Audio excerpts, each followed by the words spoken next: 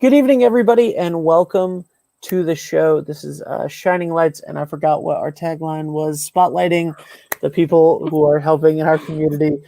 This is our first show. My name is Ben Barber. This is Jacqueline Smith. Hey, Jackie. Hey, Ben. How are you? Oh, I'm doing great. I had a great day today. Awesome. Thanks for asking. You're welcome. So we wanted to do this show because there are so many. Jackie and I have been talking over the last few months about how many amazing nonprofit organizations there are in just our local area in Westerly and all over Rhode Island, and Connecticut, and the country and the world, honestly. So there's no limits to who we could talk to on this show, but we wanted to focus on all of these nonprofits, and the people that are really doing a lot to make a difference in our communities. So that's what we're going to do right now, today. And I'm really excited about our first guest, who is Kelly Nevins, and I hope I said her last name correctly, the Executive Director of the Women's Fund of Rhode Island. So I'm going to bring her on right now. Kelly?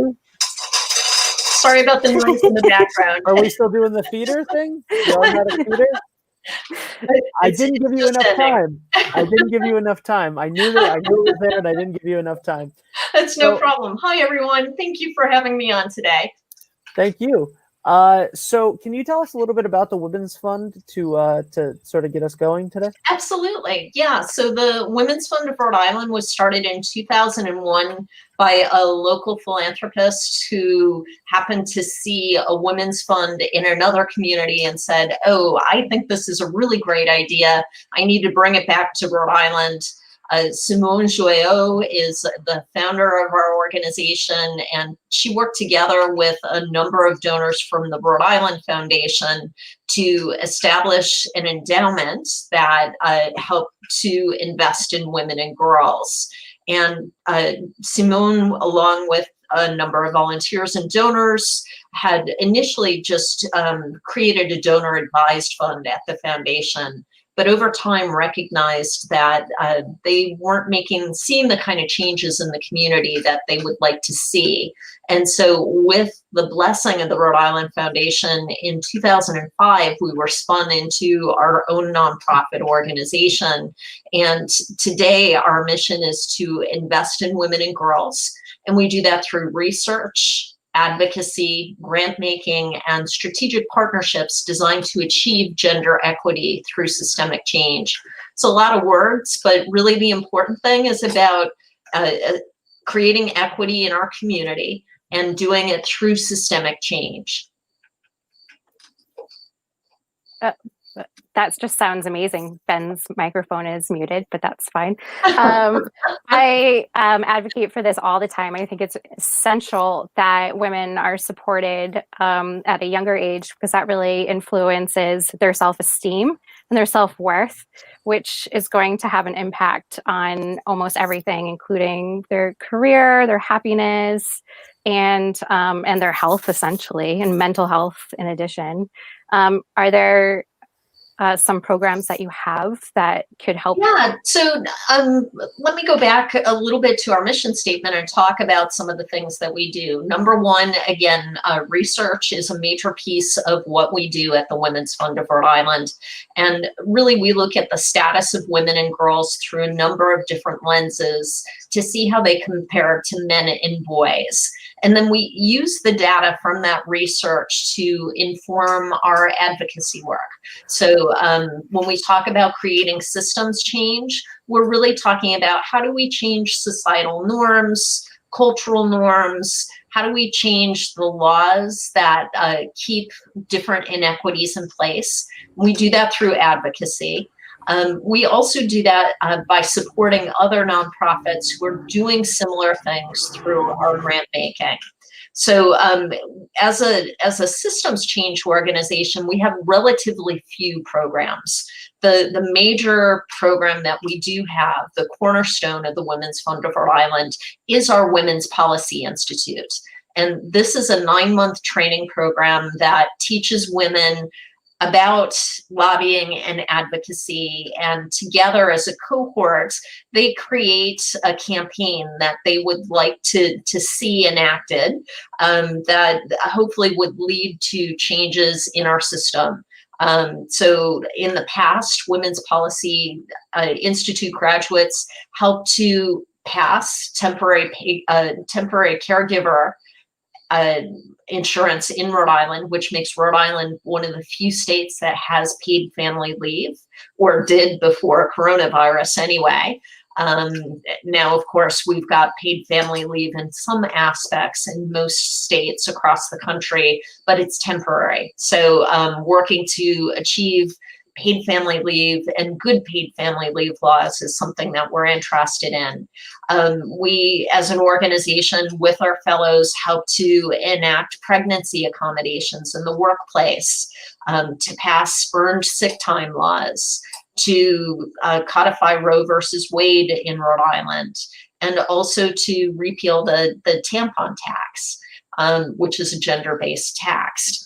So, so that is the program that we have.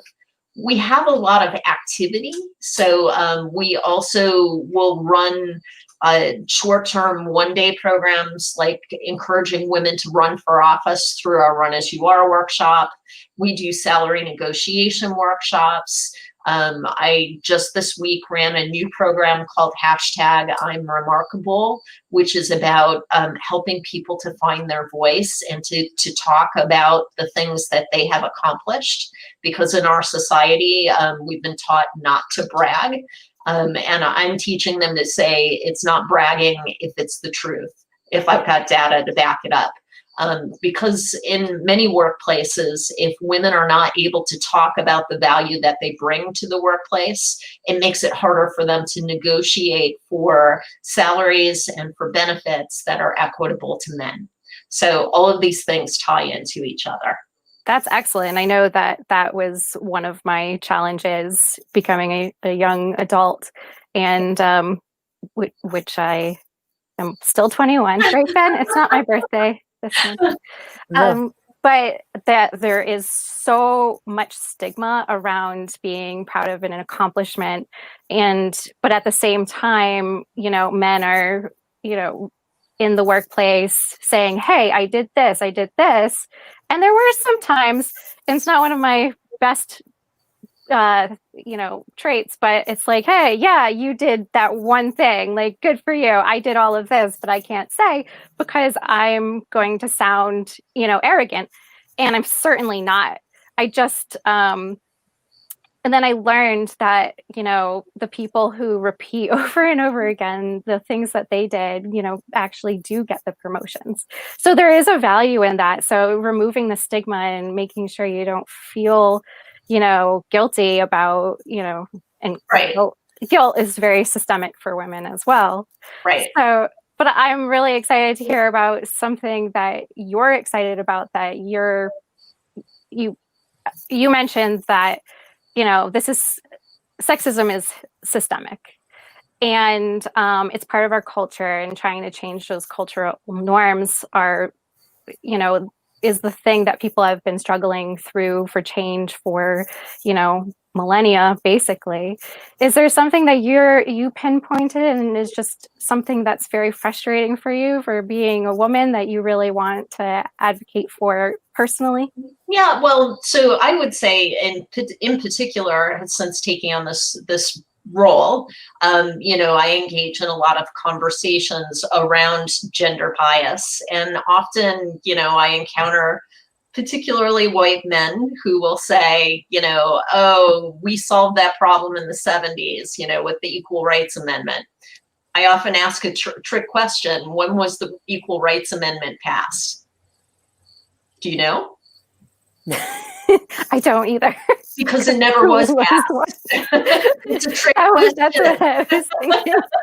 It's a trick question, and people think that women, and also people of color and people who have had experienced discrimination systemically throughout their lives, they don't realize how bad things actually are. And that, again, is why we do the research that we do, because then we can hold up these facts and say, you know, there is a gender wage gap, there is a gender wealth gap. And by the way, once you take away occupational segregation, which is, you know, women taking jobs that typically pay less to begin with, if you're comparing apples to apples, so let's say just out of college, Jacqueline and Ben, you graduated at the same time with the same degree, you got the same job, you have the same experience, Ben will still make more money than Jacqueline on average. And because over time, the pay differential compounds, that wage gap gets bigger and bigger. Now, if Jacqueline were also a woman of color, that would be even worse. And so I also want to be sure that when we're talking about inequities, it's not just based on the gender of somebody, but that there are intersectionalities that people experience that also create inequities. So it could be, you know, your race or ethnicity, it could be your religion, it could be that you are a part of the LGBTQ community, or you're differently abled. All of these things can have real impact. And while we look at problems from a gender lens through the Women's Fund, we're really working to address all inequities in our community. Well, go ahead, Jackie. Yeah, I certainly have found that, you know, over the years, as the curtain pulls back, I realize how much I play a role in, you know, the systemic, you know, sexism, and, you know, how much I ended up participating in some of it, because, you know, you just don't know. So even I think it's like an olive branch for me to say, hey, I didn't know how discriminated against I was in certain situations, so I don't expect you to notice it either. And here I am just explaining it to you, Ben. I'm just kidding. No, yeah, for real.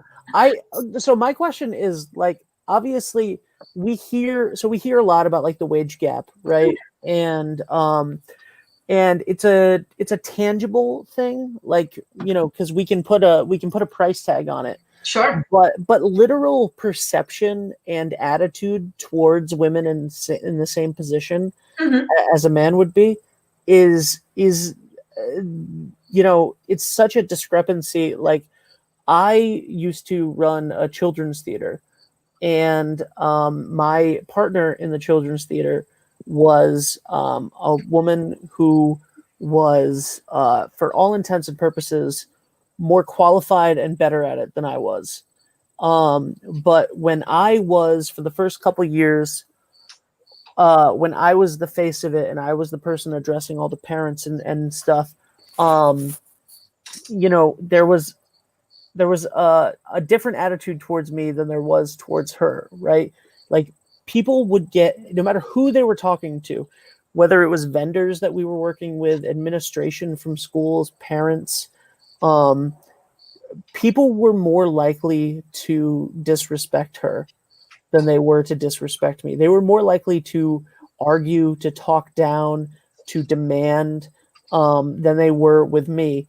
And then when she took over, and she runs it now and is doing an amazing job, when she took over and I was still there, and it was like we were both at the same thing, but she was speaking and I was hanging back a little bit, I still, like, I watched people just be mean to her way more than they ever know. Like, nobody ever would have said any of that stuff to me. And that was ridiculously eye-opening for me, as a young adult. And then even now, like, I'm in meetings, you know, constantly with groups of people, and there can be ideas that are thrown out that are really, really good ideas, and they are generally ignored by the group of people. And then if I reiterate the idea that the female coworker had, I get praised for it. And right. And so what you're sharing is very common experiences. Yeah.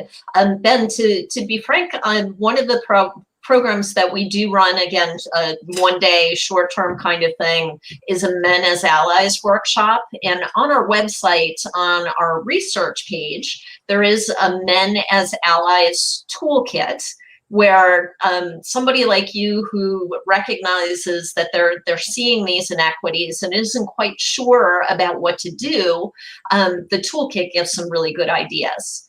And so in the case that you just mentioned, let's say you're in a meeting and Jacqueline makes a comment and nobody picks it up. It sort of falls like a dead weight. And then 10 minutes later, you hear somebody else say it. Or even you could say it as, Jacqueline had a really great idea, or let's revisit that. I think Jacqueline's got something here. And really trying to lift up that it was she who first voiced whatever that idea was. Making sure that you're amplifying the voices of those who may not have a voice otherwise within the room. It's last summer, I actually participated in a virtual training program, and it was, like you were actually experiencing it. You put on the goggles, I forget what they call that, but you were there in the room while things were happening. And it was to show the different viewpoints of in a workplace meeting, what might be happening, and how naturally somebody might say to a woman, would you mind taking the notes for this? Because women are supposed to be secretaries, or, could you make sure to order lunch for us? Because, we're supposed to be the mommies, or whatever. And being able to check yourself every time you just sort of naturally make an assumption that somebody is going to do that. And also in the workplace, what are the experiences that you're asking people to either participate in or have that get you recognized? So, for example, early in my career, I would go to meetings with donors, and the men would invariably talk about their golf game. Well, women aren't culturally trained to be part of golf. It tends to be a male dominated sport. It also costs a lot of money to get in. And because of this, women are much less likely to golf, right? But then suddenly this is where people are doing all of their, sort of business building relationships. Right. And because women don't golf, they don't get to go to those conversations. There then, perpetuates a situation where suddenly now it's more likely that the men are building the sales relationships that are going to bring in the business, which means they're getting the big promotion. And you can see how that perpetuates. Now, as an individual, I saw that and said, well, I'm going to learn how to play golf. It also gets me out of the office. I get to get paid to have fun, right? But not everybody has that choice. Really looking at, if we're doing an after work thing because, we want to build camaraderie with the team. Women are more likely to be the caretakers in their home of family members. So are you automatically cutting people out because they have to go home and take care of their kids? Looking at those things and trying to figure out where are the equities, and how do we make sure that we're being inclusive for everyone? You said a bunch of things that, resonate in my life, but I do have something very positive to say. I do have to say that there, a lot of people in my generation really are, a lot of men in my generation are really picking up on these things. And, people like Ben and people at, other activities that I'm part of, will say things like that. They notice and they point it out. Ben constantly points out that, like, that's great that you like that. That was Jackie's idea. Awesome. So he does. He is an advocate, and I have to say that there are other people who are, but it is a persisting situation of, sometimes it happens and I don't even notice, and other people point it out to me. Like, someone in a meeting might say, oh, hey, I didn't like how that went. And I'm like, oh, like, it was fine. And then they're like, yeah, but this happened. And I'm like, oh, I have to be myself more cognizant of Sure. these situations because it is so normal. I will say that particularly with this younger generation, and I think it's as a result of growing up around social media and putting so much out on social media, that they're more likely to engage in different viewpoints because people are responding to them. And so I think they perhaps feel more comfortable on calling things out or at least questioning things that with older generations, we might be polite. We don't want to cause problems, something along those lines. Mm-hmm. Yeah, that's something that I constantly hear and try to talk about is so many people are concerned about like social media making like kids less empathetic because of the screen time and not having one-on-one connections and stuff. But the way that the internet has opened up the world to different viewpoints and to be able to like have friends in other states and other countries that like the same videos and video games and music and whatever that you do, it's really broken down barriers the same way that like the same to much more of an like every time there was a big landmark in like television history from the 60s to like the early 2000s, it was like, gay and lesbian people are more acceptable now because of Will and Grace, to the general public. Well, now it's like that on hyperspeed, and people get to really see the inequities around them and accept everyone and question why things that are wrong, and why we do them in the first place. But how do you, everything that we've talked about so far today is so daunting to try to because you're talking about changing people's perceptions, right? Sure. Because nobody is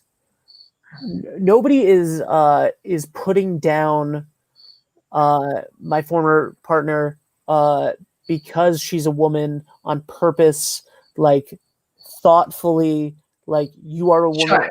Like, but some people are. But for the most part, it's not like, oh, I'm gonna dismiss her because she's a woman. Like you just do it, right?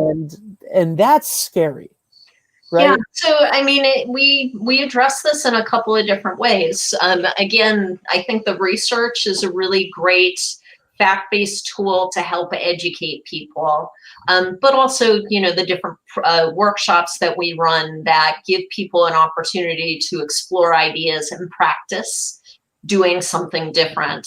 The truth is, everybody's got biases, and we all probably have a lot of unconscious biases. Bringing those unconscious biases up to the top so that we can recognize them and then actively work against them is something that's important for everybody's growth. But you've got to be able to identify them. We're trying to help people do that. But the daunting piece, Ben, that you talk about is really what we're trying to address through systems change. So again, it's our advocacy work that here makes a real difference. So, we're up at the State House trying to change laws that can change norms for our society, and move it along quicker than perhaps just, by education. One of the challenging bills that we're trying to pass right now, that we continue to have challenges passing, is an equal or fair pay law in Rhode Island, which you would think would be, a no-brainer, right? But we have a large business community that's concerned about enacting a fair pay law and whether that opens them up to frivolous lawsuits. And they have a real powerful contingency. So, it's something that we have to change hearts and minds around so that they realize it really is a no-brainer and we should do this. Well, as the 100th anniversary for national suffrage, obviously, Rhode Island women celebrated our 100th anniversary in 2017. But around that, is there anything that we can do as voters or anything that could get our voices out there more? I know you have an event coming up. Oh, sure. Well, there's so many different things to talk about, but yes, voting is really important. So regardless of the candidates that you want to vote, that you want to get into office, it's really important that your voice is heard. When people don't exercise their voices, those in power then feel whatever they're doing is fine. So not only the voting piece, but reaching out to your legislators when you have a concern, when you like what they're doing, when you don't like what they're doing, make sure they know that you are watching them and that you will be contacting them. I have been amazed when I've talked to legislators who we're trying to pass a bill with, and they've said, "Oh my God, I got so many phone calls on this. I got 10 phone calls today." 10 phone calls? That's a lot. You mean we could really change this situation if we got 20 people to call instead? It's amazing how many people think somebody else is going to do it. So again, really important to vote and to make sure that your voice is heard. From the Women's Fund perspective, certainly supporting the work that we do is one way to help address gender equity through systemic change. Next week we have a great program that's free. It's part of our regular Cocktails and Conversation series, and the topic next Wednesday at 5:30 is voting rights then and now, and we'll be talking just about how the vote has made a difference for women's issues, but how much more work we have left to do, all of things like the Fair Pay Act. And we, in a non-COVID year, would actually have cocktails and conversations in person, but we'll do this virtually, and we have a great panel of speakers who will be coming to share information on that topic. And then our biggest fundraiser of the year is at the end of the month. It's on September 30th. It's our Women Leading Change celebration. We have a great keynote speaker, Mary DeTuit, who again is going to be helping to commemorate the 100th anniversary of women's right to vote, but also to talk about the inequities that still exist in our community today, and where we need to go forward. We'll also be recognizing Vanessa Volz, who is the executive director of Sojourner House, and Arlene Violet, who is the former and first female attorney general in the state, for the work that they have done in the community. Again, it's a free program, although it is a fundraiser. So at the same time, we'll be running a silent and live auction, but anybody can participate. They can log into the program, hear the speakers, and hopefully get inspired to support some of the things that we're working on. Well, that's great. I always like to point out as an historian that men were really afraid that if women got the vote, everything would change and they would lose power and things would, teeter in equality. Voting really didn't change. Women actually vote with their fathers. They vote with their husbands. They vote with their families. So there are things that did get better, but really the fear of change, of surrendering the control, really doesn't actually happen in the way that people think. Like the fear is, driving choices to keep, women in equal positions. But really, there's no real data that actually can support that, and I think that's spectacular. I will say that, it's really important to work towards having equitable representation at the tables where decisions are being made. So in Rhode Island's General Assembly, we have 37% representation by women. In Congress, it's 22%. When you're not at the table, it's hard to have your voice heard. And decisions can be made that maybe people who don't have the experiences that you have won't recognize. And as an example, I'll talk about how when in this new administration had come into office, they were talking about dismantling the Affordable Health Care Act, and they were talking about possibly women paying more for health insurance. And it was, just something that was being discussed, but there weren't any women who were at the table discussing this and saying, okay, why would you charge women more? Well, because they have babies. Okay, but how do they make babies? Only women should bear the cost of having children. Those kinds of conversations are really important. And I'm being facetious in this particular instance, but it's important to just know when you're not at the table, your voice isn't necessarily being heard. I love that. That couldn't have been better said. Thank you so much, Kelly. So Kelly, if people want to get involved, obviously they can go to www.wfri.org.